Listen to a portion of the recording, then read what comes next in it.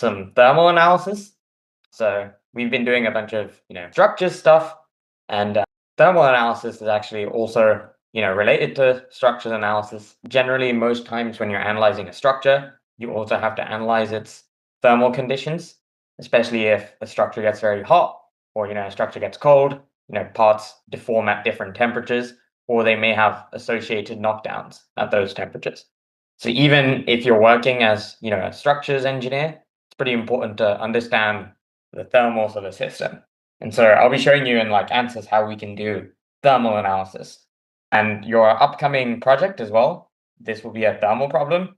It's a fairly simple one. I think the important thing here is our details and getting those details right. So if you have ANSYS open, you can feel free to follow me. We're going to be doing like a pretty simple model. But yeah, so I've already made it here, but I'm going to recreate it from the scratch. So you know how we have all these analysis systems that we've been looking at? There's also, different stuff here, and you can see that there is actually a transient thermal and a steady state thermal and, a bunch of other stuff as well. So we're going to be looking at like transient thermal. But, just to begin with, and to ask, like, do you guys know what does anyone want to guess as to what the difference is between steady state thermal and transient thermal? Any guesses? The steady thermal is only going to give us one temperature distribution, while transient will have how the temperature distribution develops. Yeah, that's a pretty good answer. Yeah, so like steady state is basically, what is like the end condition of this system, right? So, as the temperature plateaus and reaches some equilibrium, that's what steady state will give us. And this is generally what, when you're taking heat transfer and thermal, this is generally the stuff that is fun. The more interesting part is transient thermal. And so what transient means is just like change, right? So it's the change in thermal environment, right? And so basically what transient thermal, what we're looking at is how the thermal properties are changing with respect to time. So how might a structure be, if I apply a temperature on one side, how does that temperature distribution look 10 seconds in? Steady state is usually pretty simple to solve, but transient thermal is the interesting part. So we're going to be covering a transient thermal thing today. But yeah, it's a good answer. So similar as before, whenever we import parts, we just drag and drop this into the system, and then bam, this is made a toolbox. And so I'm going to go ahead and open the geometry and just going to quickly tab a geometry up that we can work with. Yeah, and we'll be doing a pretty simple example, just rod today with a temperature applied on one end. And then we'll see how that temperature develops over time. Can you see the new screen that opened up? Oh, no. No? Okay, wait, let me share my actual screen. Okay, I think that should, you guys can see this right now? Yes. Okay, cool. So I've been saying to use USSI units or imperial, but for thermal, I like using SI. It meshes well with my brain, but there's no reason you can't use USSI. But so all I'm going to do here is I'm going to create 10 millimeter circle feature, and we're just going to pull this, so extrude this by 100 millimeters. Okay, and so we've made a rod. So very similar to static structural, starting it off, making the geometry, right? And okay, so it should now be attached to your transient thermal sim. And so same thing as before, right? We want to go in order. So, we've defined geometry. We also want to define an engineering data, right? Now, you guys might notice that, thermal properties are different to structural properties. So we're going to have to be defining some different properties here. We're going to be defining, properties for aluminium 75-6. And similar to how you guys have been currently finding properties, you can use a similar method, but you will need different properties for running thermal sims. And the ones you need is you'll need the isotropic thermal conductivity. You're going to need specific heat at constant pressure, and you'll need the density. So similar things that you can get from MATLAB and other sources you've been using. So I just have MATLAB open here. So I'm going to get it. So here are the mechanical properties, but here are the thermal properties. So this is thermal conductivity. So 130 for this isotropic thermal conductivity. This isn't K. Yeah, 130. Okay, and then specific heat. It's 0.96 joules per gram per Kelvin. So that's 0.96. And then density as well. So yeah, so let's do pound per inch. And so that's 0.102. Okay, so similar properties to how you might define, for mechanical, but these are different, right? You need a thermal conductivity, density, and specific heat. Okay, so now what we're going to do is we're going to open this model like always, and then update and open it. And yeah, the main thing here we're looking at is we want to look at how the temperature develops over time. So what we're going to be doing in this problem is we're going to be applying a boundary condition on one side. So we're going to apply a 200 Celsius boundary condition on one of the surfaces, And then what we are interested in is how that temperature changes in 100 seconds. And doing the hand calc for this is not trivial. It's not an easy thing to just, go and quickly hand calc, especially with complicated structures. There may not be a good hand calc for this, which is why you have to use FEM. It's just loading it. Okay, so this is the part. It's very similar. You guys should be pretty familiar now with the GUI. Hopefully it's becoming like sort of second nature to running ANSYS material sims, but same thing as we do usually. Geometry, we're changing the assignment, so it's structural steel. We want to use our aluminium 7075 that we just defined. Okay, and then make sure that if you click material and geometry, yeah, it's correctly defined. Coordinate system, we're just using that. Okay, and so now we're gonna start with just a basic mesh, but I'll show you how to do some thermal mesh or thermal specific meshing too. So we're just gonna right click generate mesh. So far we've done all these steps pretty successfully. They're pretty, not too hard. One thing we're gonna do now is you're gonna right click, and what you notice is that these boundary conditions are very different to what you see in like static structural. In transient thermal, there are different stuff you can apply. So you can apply a temperature on one side, convection, radiation. These are your forms of heat transfer. You apply like many things. We're going to be doing just a pretty simple sim, so we're not going to be putting convection or radiation. We're just going to put temperature.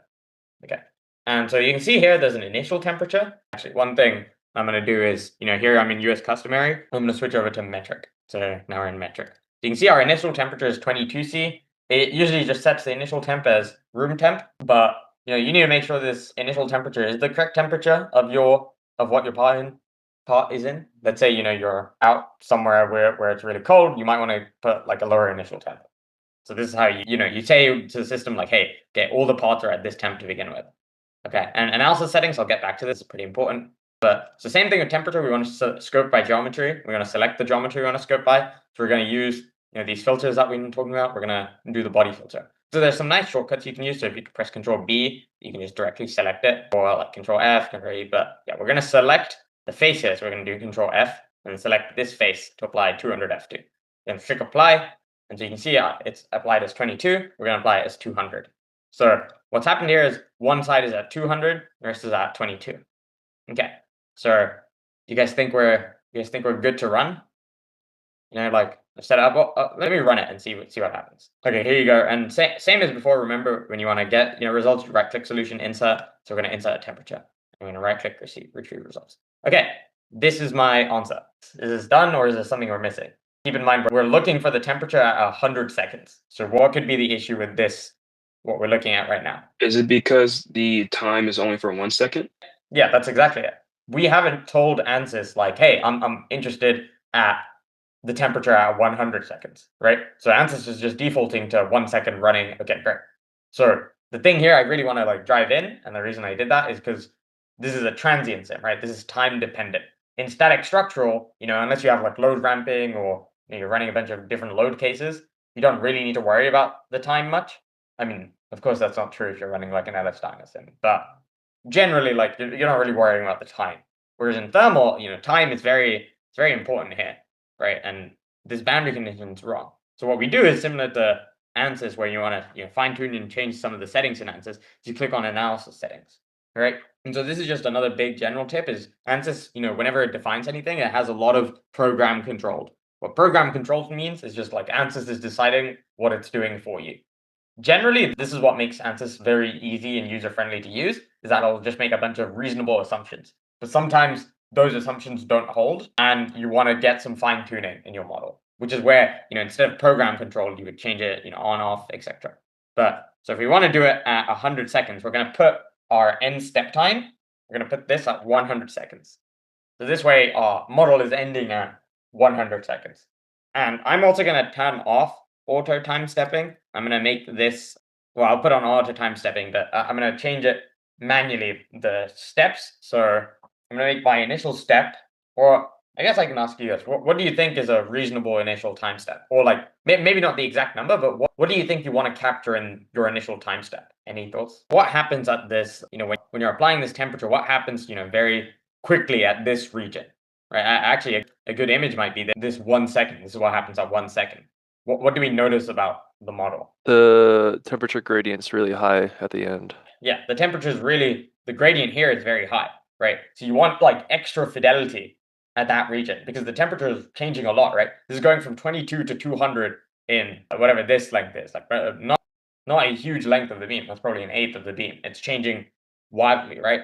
But your ANSYS model, like fundamentally, what is it? Is this a perfect representation of reality? Like, no, most models are not correct, right? They're just approximations of reality. So it's really important to get down what's actually happening at this region.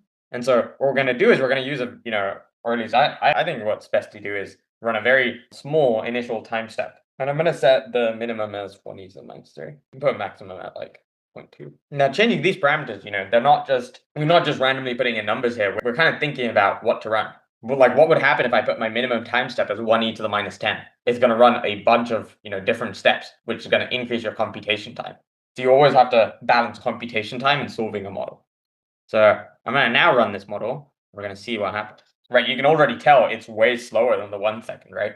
Because it's solving at a bunch of times. It's not just solving at like the end case or like for 1 second, solving for 100 seconds. Now, if I click temperature, this is a very different result to what we had initially, right? And I know it's like it might seem dumb just running like 1 second or no one would make that mistake, but especially if you don't know what's happening under the hood, a lot of mistakes can be made. And so what you can see here is you can see how the temperature is changing over time. I think this is like an animation graph. You might have seen it down here. What you can do is you can pull this up and you can actually see like, okay, it makes sense. Max on the right here, you can see the tabular data. The max is 200. That makes sense. At the end, we're applying 200 and the average is generally going up, right?